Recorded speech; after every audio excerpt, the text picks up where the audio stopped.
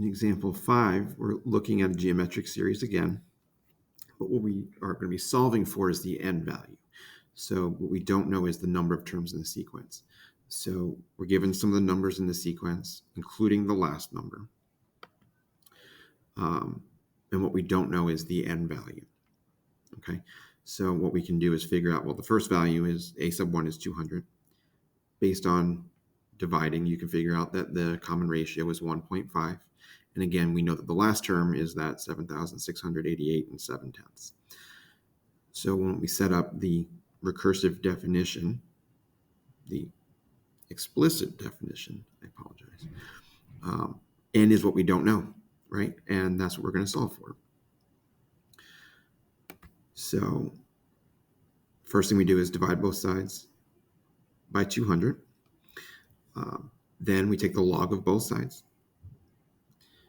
All right, then you can bring the exponent out as n minus 1 as a coefficient using the power property.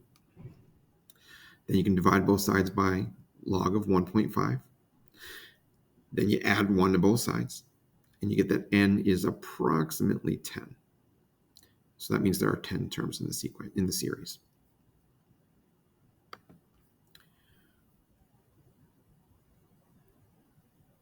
In this case, we know the sum instead of knowing some of the terms.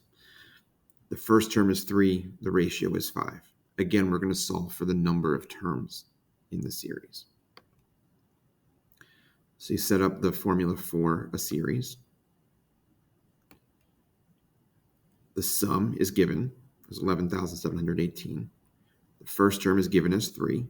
The common ratio is given as 5. We're solving for n. So the first thing you would do is multiply both sides by -4 to get rid of the denominator. Then you divide both sides by 3. So now I've got that value is equal to 1 minus 5 raised to the power of n. Adding 5 to the power of n and adding 15,624 to both sides, you end up with 5 to the power of n is equal to that. You take the log of both sides. Now that you have the power, isolate it. You pull the n out using the power property. Divide both sides by log of 5, and you get that your answer is equal to 6. So there were 6 terms in that sequence.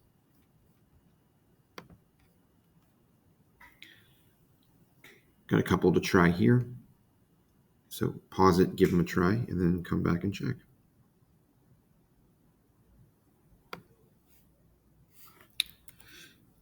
For part A in blue, we're using the explicit definition of a geometric sequence. We know the last term is equal to 768. We know that the first term is 3. We know that the common ratio is 2. So then we'll just solve that for n, right? So you divide by 3. You take a log of both sides. Use the power property to get n minus 1 out as a coefficient. Divide by log of 2. And then add 1. When you evaluate that expression, log 256 divided by log 2 plus 1, you get 9. So there's 9 terms in part A, in that series in part A. In part B, given different information, you know that the sum is 155. So we're going to use the series formula, substitute 155 in for S sub n. The first term is 5, so that's A sub 1. The common ratio is 2, so that goes in for R. And again, we're going to solve for n. So we're going to multiply both sides by -1 to get rid of the denominator. Then divide both sides by 5. Subtract 1. Divide by -2. You get n squared is equal to 16, so n is equal to 4. So there are 4 terms in that series. All right, let's look at the last example.